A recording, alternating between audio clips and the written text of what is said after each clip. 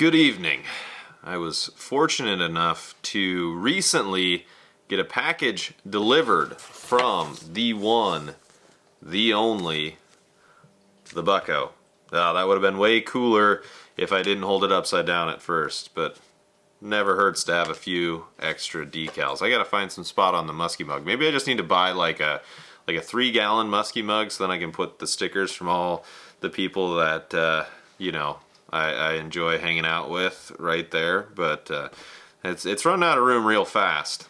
Anyway, you're not here to listen to me talk about the musky mug.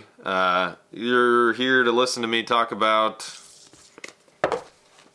Buckos branded baits. Again, that would have been way cooler had I not fumbled, but that's okay. So, something I want to talk about first before I get into any of these baits is just like, you work with these guys for a really long time and you see their artistry and these kinds of things develop as these people, you know, make baits and discover new patterns and put new products out there.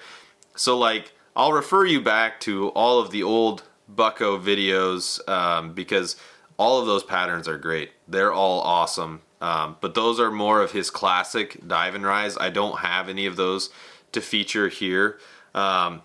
But I do have his new dive and rise, which is the squirrely tail model. And speaking of new patterns that are really cool and fun, he did this one in a loon pattern, which I saw on his table. It's really funny how like the great minds think alike thing works, because I saw this sitting on his table and I was like, that one is awesome. And it just so happened to find its way to me without me even saying a thing to Bucko about it. But just a really cool take on a loon. I don't even know how he painted this or what, but just a really big thumper of a tail, really, you know, kind of compact, more compact profile. As you can see with the body, he kind of narrows that down. He talked a little bit about that when I had him on live, I don't know, about a month or two ago. So just a really cool bait from a really cool dude. I'm really excited to check this. I got to get some hooks on this thing. Yeah, just really cool. They're such a unique dive and rise, and what makes them unique makes it tough at times for me to lean on them, just because it's like, it's a very big profile in such a small package, and it's just like, it's a weird dynamic in the water, and it definitely calls fish in. There is no doubt about that. There's no way they don't know those things are down there, because they just move so much water. So that's just, yeah, it's just one of those fine lines to walk. And the really unfortunate thing is I can only throw one bait at a time. So there might be a day where these guys are just absolutely cranking and I just, you know, didn't pick it up. So I really love this one. It looks a lot like a spawning crappie, so it's definitely gonna get some runtime this spring. I just gotta find some hooks for it, which shouldn't be an issue. I've got plenty in my garage. The next one that Bucko sent me that I'm probably even more excited about, that I didn't see on his table or anything, is it's like a peacock bass pattern. And I realize that there are no peacock bass in Iowa or Wisconsin or Minnesota or whatever, but it's just a really cool take on like a hot perch pattern. Again, I have no idea how Bucko pulled this one off, but just the chartreuse is in it. The golds, it's just so neat. And you got the orange tail, like clown perch type color. It just looks fantastic. The eyeballs are always good. Bucko does such a good job picking those things out and getting them where they need to be. And rasping these things, because he doesn't act, you know, he hand carves these things. It's the craziest thing. When he first messaged me, I went straight to his page to see what his baits looked like. And the first thing that popped up was him, you know, with the rasp, just carving these baits by hand like a freaking caveman. And I was just instantly hooked. I was like, this is one of the coolest things I've ever seen in my life. And this guy, like, carves these baits like a caveman, paints them, and then goes out and catches fish with them. It's just bananas. So this is super cool. Just an insane pattern. Just, yeah, I love it. It's so neat. So the next one on the list, we've got a Bucko crank. Yeah, I didn't know that Bucko made cranks either until he sent me one. he said that they're not easy to make, especially with his, you know, the way that he does things and how persnickety they can be at times. This is a really cool pattern. Looks like crappie, looks like shad, looks like Cisco, all the things.